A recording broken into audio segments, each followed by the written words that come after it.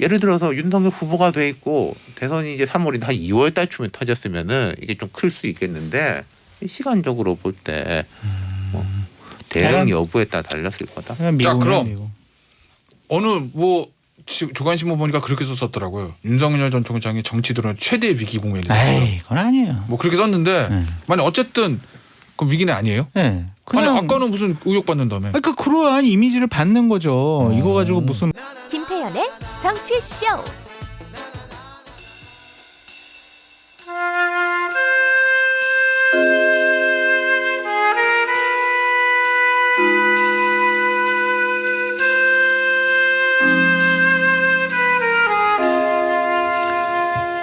김태현의 정치쇼 시그니처 코너입니다. 수요일 빛내주실 두 분 여의도 타짜 장성철 대구 가톨릭대 특임 교수 평경장. 안녕하세요. 예? 네. 네. 그다음에 제 오른쪽에는 고니 윤태관 더모아 정치부적 실장 모셨습니다. 안녕하십니까. 자, 할 일 얘기가 너무 많습니다 지금. 네. 네? 지금 일단 저희가 속보부터 좀 말씀을 드리면 김웅 의원이 지금 그 여의도에서 국회에서 기자회견하고 있잖아요. 끝났다고 합니다. 9시 반인데 한 2, 3분 만에 끝났어요.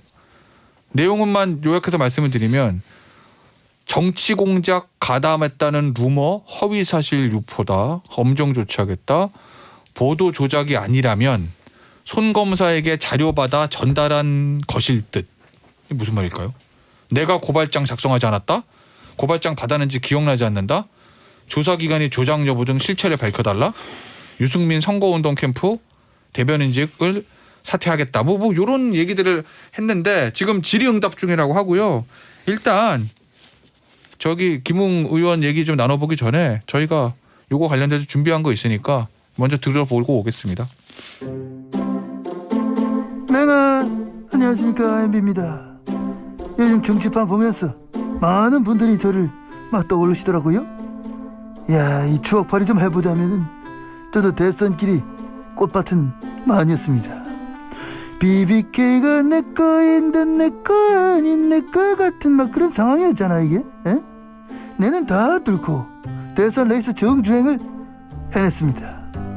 과연 윤석열 후보는 대선 버스에 계속 앉아있을 수 있을지 이 타짜들이 보기에는 막 어떻습니까? 내정 홍준표입니다. 아니 한나라의 대선 후보가 이런 의혹에 둘러싸이는 것부터가 말이 됩니까? 맹맹백백히 밝혀져야 하는 바 아니겠어요? 참 뭐라고? 내 목소리가 뭐 신난 것 같다고?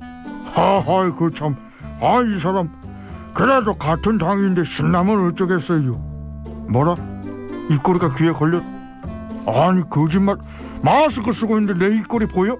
그 봐서도 못 본 척 해야지 이 양반. 허허 참. 미스터리 전문 팩트 전문 김상중하입니다. 그런데 말입니다. 지금까지 윤석열 후보가 고발을 사주했다는 증거는 아무것도 없는 상황인데요. 아니 땐 굴뚝에도 연기가 나는 걸까요? 과연 윤석열 후보를 둘러싼 이번 의혹 윤 후보에겐 얼마나 타격인 건지 또 국힘 경선판엔 어떤 영향을 줄런지 저희는 그것이 알고 싶은 바입니다. 오늘부터 다 예상하셨겠지만 김웅 의원이 관련된 윤석열 전 총장의 총장 당시의 검찰 고발 사주 의혹 요거 맞겠죠? 네. 요거에 대해서 얘기를 지금 나눠보고 있는데 자 우리 첫 번째 질문을 누구한테 할까 생각을 해봤더니 역시 장성철 교수 아니겠습니까? 왜요? 뭐 폭로 전문가? 뭐 파일 전문가. 뭐 이런 거에 대해서는 경험 있으시기 때문에 네, 뭐 가감 없이 뭐. 예. 네. 근데 어떻게 보셨어요? 오늘 김웅 의원의 이 기자회견. 그 김웅 의원의 기자회견에 결론은 뭐냐면 나는 모르니까 제보자랑 손모 검사 조사해가지고 사실관계를 관계기관에서 밝혀달라라는 기억을 못하겠어 이거잖아요.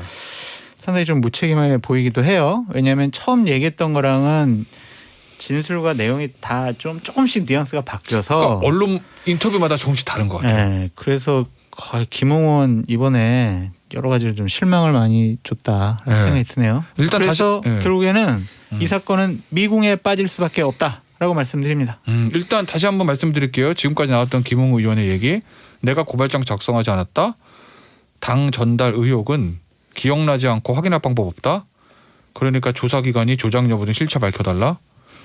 야당 대선 후보 흠집내는 공작을 중단하라.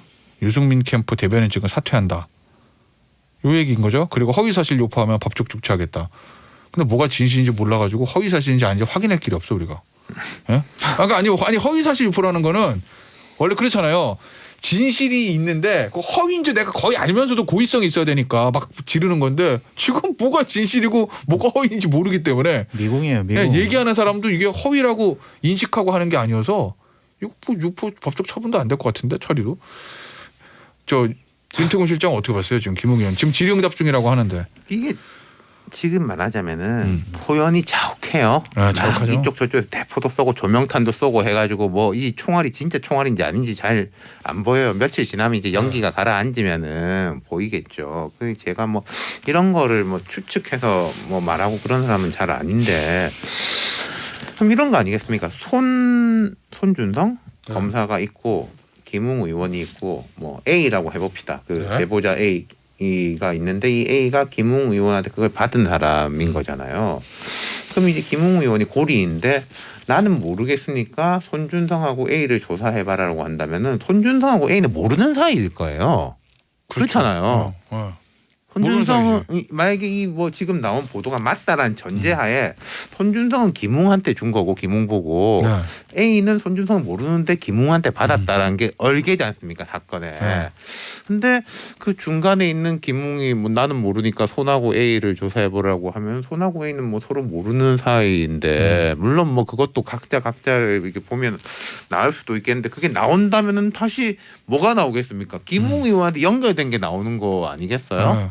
물론 그러면서 김웅 의원이 일관되게 이야기하는 거는 만약 그랬다 하더라도 나는 죄가 없다. 뭐 전달만 했다라고 하니까 뭐 그런 건데 근데 이거 사실 정치인의 말이 아닌 거죠. 누구 말이에요?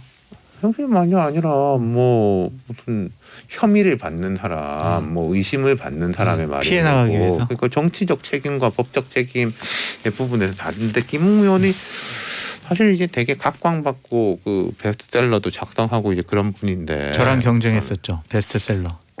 아, 예. 제 책이랑 저 2016년 총선 얘기 공천 얘기 쓴 거. 2, 3등을 완전히 왔다 갔다 했었죠.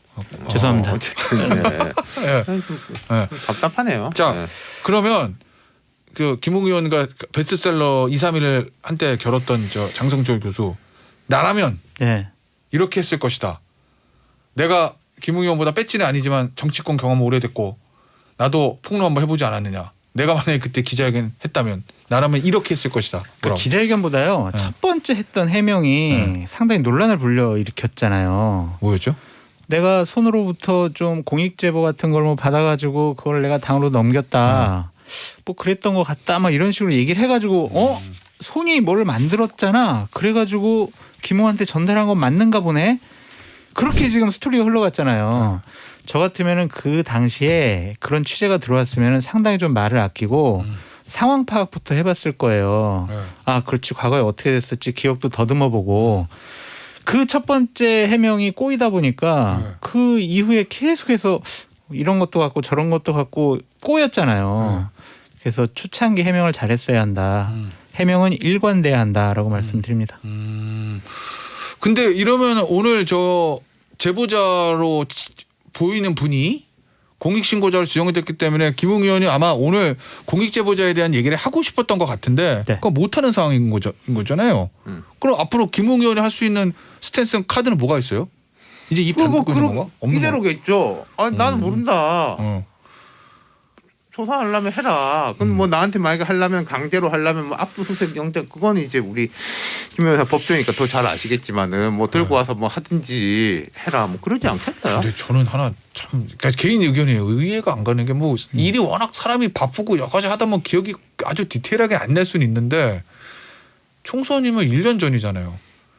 그리고 많은 제보가 오고 가도 이건 되게 중요한 문제인 거잖아요. 특히 다른 제보와는 레벨 자체가 다른 뭐 의혹이 맞다면 그쵸? 현직 당시 대검 저 기획관이 관련돼 있는 그 문제를 디테일하게 기억 못 한다는 전 잘 개인적 이해는 안 가는데 뭐 사람의 기억력은 차이가 있을 수 있으니까. 근데 하여튼 이 사건이 저는 미궁에 빠질 것 같아요. 왜냐하면 네. 손준성이라는 그 검사가 이 고발장을 만들었느냐 안 만들었느냐가 저는 사건의 핵심이라고 그렇게 보여지는데 이것을 밝혀낼 수 없을 것 같아요. 네. 그렇다면 이 사건은 네. 결국엔 네. 윤석열 후보는 네.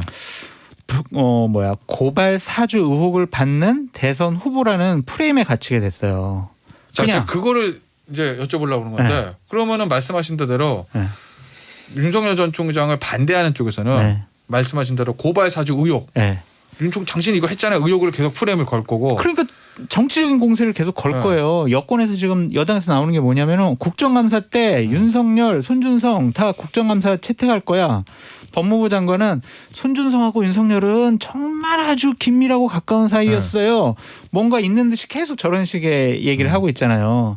이거는 사실관계 여부를 떠나서 윤석열 후보에게는 상당히 좀 안 좋은 그러한 공격의 소재가 돼버렸다. 근데 좀 잘 모르겠어요. 잘 이거 모르겠다는 제가 게. 이거 네, 뭐 말씀하신 그 하고 싶은 얘기가 그 걸기잖아요.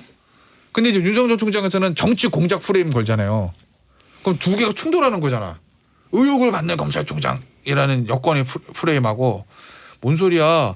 작년 1년 내내 나한테 그랬는데 또 시작이야. 시즌 2구만 하는 정치 공작으로 나를 엮으려고 한다는 윤 총장의 프레임 두 개가 충돌하는 거잖아요. 그러니까 그게 되치게 이겨? 하려면, 그러니까 윤석열 그게 후보가 충돌하나? 되치게 하려면은 제보자 A라는 사람이 네. 예를 들면이에요. 이재명 캠프나 이낙연 캠프에 있으면서 여권의 후보의 일을 돕고 있으면서 네. 야권 후보에게 상처를 주기 위한 어떤 공작이나 작업을 한 것이다라고 드러나야 돼요. 어제 김웅 의원이 얘기했던 다른 캠프에서 활동하고 있습니다. 그렇죠. 뭐 이런 얘기. 그게 이제 드러나야지. 안 그러면 이건 계속 치고받고 공방. 일반 국민들한테는 그냥 고발 사주를 한 이미지만 남을 것 같다라는 걱정이 듭니다. 저는 이제 엄청 김태현 변호사 말씀하신 두 가지 프레임이 다 있는데 뭐 국감에 부른다 그냥 하는 소리고 그러니까 정치적인 그러면 뭐 다른 공방, 뭐 공세. 후보들은 뭐 없겠어요. 의혹만 들어가는 거는 부르지 못할 거고 지금 이 시점이 이제 9월 초 국민의힘 경선 초입이지 않습니까? 네. 이 정도라는 전제하에 그러니까 지금 이제 장성주 소장이 말씀하신 대로 이게 뭐 증거도 안 나오고 손준성이 한 것도 명확하게 안 나온다는 증거하에 경선 국면에서 크게 타격은 있을 것 같지는 않아요. 이게 경선 국면에서는 예, 말하자면은 뭐 누구한테 뭐 돈을 받았다. 아예 다른 이야기면 모르겠는데 어쨌든 뭐 추미애 법무부하고 여당하고 이게 충돌 과정, 뭐 김건희 씨에 대한 뭐 공격, 뭐 최강욱 의원에 대한 뭐 반격 이런 큰 틀의 프레임 내에서 있는 거래 가지고 야권 지지자들은 그 안에서 생각하지 않을까. 더 중요한 것은 오히려 윤석열이 어떻게 이걸 대응을 하는지 한번 보자. 뭐 시시콜콜하게 팩트를 설명한다는 것보다 과단성 있게 뭐 당당하게 뭐 얼굴 표정 변하지 않고 뭐 이런 식으로 대응하느냐. 사실은 여권에 보면 이재명 후보가 그런 거 대응 잘하지 않습니까? 네, 잘못했습니다. 잘못했다 그랬잖아요. 네. 뭐 국민들이 판단하실 겁니다. 네. 뭐 이런 식으로 그런 걸 보일 거냐, 막 주춤주춤하고 뭔가 찔려하는 모습을 보일 거냐. 거기에 네, 그게 오히려 이제 국민의힘 경선 국면에서 중요하고 지금이 이제 예를 들어서 윤석열 후보가 돼 있고 대선이 이제 3월이 한 2월 달쯤에 터졌으면은 이게 좀 클 수 있겠는데 시간적으로 볼 때 뭐 대응 여부에 따라 달렸을 거다. 그냥 미국이에요, 그럼. 미국. 어느 뭐 조간신문 보니까 그렇게 썼더라고요. 윤석열 전 총장이 정치들은 최대 위기 국면이다. 에이, 그건 아니에요. 뭐 그렇게 썼는데 네. 만약 어쨌든 그 위기는 아니에요? 네. 아니 그냥 아까는 무슨 의혹 받는다며? 그러니까 그러한 이미지를 받는 거죠. 이거 가지고 무슨 뭐 낙마를 하거나 후보 자격 여부에 대해서 의문시 되거나 그런 건 아니라 네. 여권, 여당 뭐 이런 쪽에서 막 프레임 걸어서 계속 공격할 거 아니에요. 이해찬 대표가 갑자기 나와가지고 맞아 그때 내가 그 작년 총선 때 3가지 정치 공작 한다는 얘기 들었어. 그 중에 이거 있는 것 같아. 이런 식으로만 한 마디씩 덧붙이잖아요. 그러니까 이런 식으로 여권에서 프레임 짜가지고 공격할 거다. 네. 그럼 그거를 상처를 그럼 받을 수밖에 그러니까 물론 없죠. 여기서 우리 대전제는 있습니다. 만약에 윤석열 당시 총장이 손준성 그 기획관한테 지시를 했다. 그게 나오면은 뭐 완전 다른 이야기예요. 근데 그게 나오지 않는다는 전제하에 그럼요. 그러니까 안 밝혀진다니까. 미국이 그거 나오지 않는다는 전제하에 그러면 여권에서 그런 프레임을 계속 짜면 네. 윤 총장은 뭐로 막아내야 돼요? 어떻게 뚫고 나가야 돼요? 그러니까 정치 공작 저 계속 당했습니다. 그걸로? 억울합니다. 이 정권 교체해야 되지 않겠습니까? 저기 국민의힘 대변인 그 말 잘하더만요. 뭐라 그러더라. 그러면 이제 김경수 지사하고 드루킹한 거를 대통령 몰랐다는 게 말이 되냐. 그 대선 때 바로 옆에 있는 수행이 훨씬 더 친한 관계인데 자기들을 모른다고 하면서 왜 우리는 안다고 그러냐. 뭐 그런 식의 이제 정치적 공방이 이제 오가는 거겠죠. 그러니까 이런 거죠. 뭐 송철호 울산시장 선거 개입 사건에 청와대 비서관들 뭐 수석실 뭐 11개 이렇게 다 개입됐는데 대통령 몰랐겠냐, 책임져야 되는 거 아니냐, 뭐 이런 식으로 물타기도 하고 공격해야죠. 그래서 그렇게 세게 치고 나가야 이걸 뚫을 수가 있다. 지지층 그걸 볼 거다. 윤석열 총장이 그런 부분에 대한 거 위기 대응을 어떻게 하느냐에 대한 게 더 중요할 수 있는 거거든요. 알겠습니다. 이 얘기는 또 3부에서 그 캠프 대변인 모시고 또 얘기해 볼 거니까요. 오늘 좀 다른 주제를 한번 더 또 얘기를 해볼게요. 여권 얘기 좀 해볼까요? 이재명 대세론대 이낙연의 반전이냐 아니냐 요건데, 야 장성철 교수님이 우리 사전 취재 때 요 얘기를 꼭 해달라고 했다라는 거예요. 우리 해달랐다기보다 제작진에게? 제가 정확히 올 초에 아니 올 올 초가 초. 아니고요. 내가 한 예언과 저기 딱 맞았다. 4월 8일 날, 그러니까 4월 7일 날 서울시장 선거 끝나고 나서 4월 8일 날 그때 우리 이철희 소장님과 이 정치쇼를 했는데 제가 그때 여당의 대선 후보들에게 호를 하나씩 지어드렸죠. 그 당시 호 뭐라고? 쏠림 이재명, 예. 꿈깨 정세균, 예. 그다음에 뭐라 했더라, 끝 이낙연 이런 식으로. 그래서 죄송하게 생각을 하는데 그게 좀 어느 정도 맞지 않았나 하는 생각이 좀 듭니다. 왜 이렇게 이재명 지사가 크게 이겼다고 생각하세요? 그냥도 그러니까 아니고 아주 크게. 결국에는요 본선 경쟁력이죠. 자, 우리 윤석열 후보랑 상대했을 때 정권을 재창출할 수 있는 가능성이 가장 높은 사람은 누구야라고 봤을 때 여태까지 양자 대결 많이 나오면 이재명 지사는 이기거나 오차 범위 내에서 지거나였잖아요. 그러니까 가능성이 높은 후보를 뽑았다라고 보여지더라고요. 근데 권리당원들 표도 이재명 지사 확 쏠렸다는 거잖아요. 네. 그러면 강성 친문 지지층이라고 불리는 분들도 본선 경쟁력을 보고 이낙연 대표보다는 전 대표보다는 이재명 지사야 이렇게 판단했다라고 그러니까 뭐 단전해도 되는 거예요? 댓글 많이 달고 이런 네. 아주 이제 강성 지지층 말고 네. 범문파 쪽에서는 이제 범문파. 그렇게 본다는 거 아니겠습니까? 그리고 뭐랄까 이제 본선 경쟁 이런 거 좀 캠페인과 캐릭터의 면에서 좀 짚어보자면요. 캠페인과 캐릭터. 시작할 때부터 이재명 1등, 이낙연 2등이었어요. 계속 좀 이낙연 후보는 도전자의 모습을 보여주지 못했다. 일단 좀 뭐랄까 외형과 목소리부터가 네. 점잖고 안정적이고 이런 분이지 막 따라가고 역동적이고 저는 그러니까 뭐 네거티브 하지 않겠습니다 선언 이런 것도요. 네. 약간 그런 것 같아요. 만약에 이재명 후보가 2위였으면은 뭐가 네거티브입니까? 후보 검증이 제일 중요하지. 나는 끝까지 검증하겠습니다. 그랬을 것 같은데 2017년에 당시 문재인 후보를 공격하던 그런 그렇죠. 모습들. 근데 네거티브 하지 않겠다. 근데 그럼 보십시오. 또 이제 광주에서 계속 뭐 불안한 후보입니다. 제가 안정감이 있습니다. 뭐 그런 정도의 이야기는 하지 않겠어요. 아마도 네거티브 안 한다면서 또 네거티브 아니냐. 그럼 이건 네거티브 아니다. 뭐 그러겠어요. 그게 참 여전히 근데 이게 사람이라는 게 생겨 먹은 걸 바꿀 수는 없는 거니까. 이건 제가 이제 뭐라고 비판의 말씀을 드리는 게 아니라 이낙연 후보는 사실 그것 때문에 애초에는 인기가 있었던 건데 그렇죠. 지금 그런 이낙연 후보의 캐릭터가 2위랑 추적자에는 뭐가 맞지가 않는다. 이건 사실 정세균 후보한테도 적용되는 이야기고요. 자 그러면 이낙연 캠프에서 전화가 왔어요. 윤태곤 실장에. 우리 큰일 났다 지금. 와서 원포인트 레슨 좀 해줘. 나 뭐 해야 돼? 뭐라고 그러실 거예요? 진짜 큰일 난 거 맞잖아 이낙연 대표. 전 두 대표. 가지인 건데 뭐 이미 그렇게 하고 계신 것 같은데 제가 이게 효과가 있을지 없을지는 모르겠습니다만 호남에 올인하는 거. 네. 뭐 그거 말고는 방법이 없다. 형식적으로는 호남에 올인하는 거. 그 다음에 조금 뭐 내용적으로 들어가 보면은 이낙연 후보가 충청에서 한 30% 가까이 나오고 이재명 후보가 한 55% 가까이 나왔어요. 그 갭보다 양자 가상 대결에서의 차이의 갭은 작아요, 확실히. 뭐 윤석열 대 이재명, 윤석열 대 그러네. 이낙연 뭐 이렇게 했을 때 그 차이는 훨씬 더 작거든요. 그러니까 여전히 그 본선 경쟁력에 대한 부분으로 가는 수밖에 없지 않냐. 이게 이재명 후보가 오히려 본선 경쟁을 강조하고 뭐 이제 적통 뭐 그랬지 않습니까? 저는 그걸 이낙연 후보가 거꾸로 가는 그게 뭐 될지 안 될지는 모르겠지만 그 길밖에는 없을 것 같아요. 자, 전화가 왔어요. 장 교수, 나 뭐 하나 팁 하나만 줘라고 뭐라고 하실 거예요? 죄송합니다. 전화 끊겠습니다. 너 늦었어요. 그러니까 처음에 첫 번째에서 50% 넘었다는 것 자체가 네. 이미 뭐를 해보기 어려운 상황이다라고 말씀드립니다. 상황 끝났다. 네. 그럼 국민의힘은 이제 여당 후보는 이재명 이렇게 딱 놓고 전략을 짜야 된다. 맞습니다. 그럼 국민의힘 캠프에서는 본선 생각과 뭐 준비해야 돼? 이낙연 지사 상대하려면. 근데 국민의힘의 후보가 예를 윤석열이 될지 뭐 홍준표가 될지 모르잖아요. 뭐 각자들은 다 자기가 된다고 생각하니까. 네. 예. 예를 들어서 됐다. 그렇다면은 이재명 후보 두 가지 검증할 것 같아요. 그러니까 여러 가지 도덕성 검증하고 네. 저분이 과연 대한민국을 이끌어 나갈 비전과 정책이 현실성이 있느냐, 너무 무리한 정책이 많이 있지 않느냐. 저분이 당선되면 상당히 대한민국이 위험스러워질 수 있다라는 부분을 조목조목 좀 공격할 것 같아요. 후자 쪽이 더 강하게 나가야 된다고 네. 말씀이 있어요. 사실 도덕적 쪽은 뭐 윤석열, 홍준표 두 분 다 뭐 홍준표는 뭐난다 검증받다 이러지만은 막 이미지라는 게 순백의 도화지 같은 뭐 그런 거는 아니잖아요. 최재형 후보면은 모르겠는데. 끝났어요. 다음 주에 뵐게요.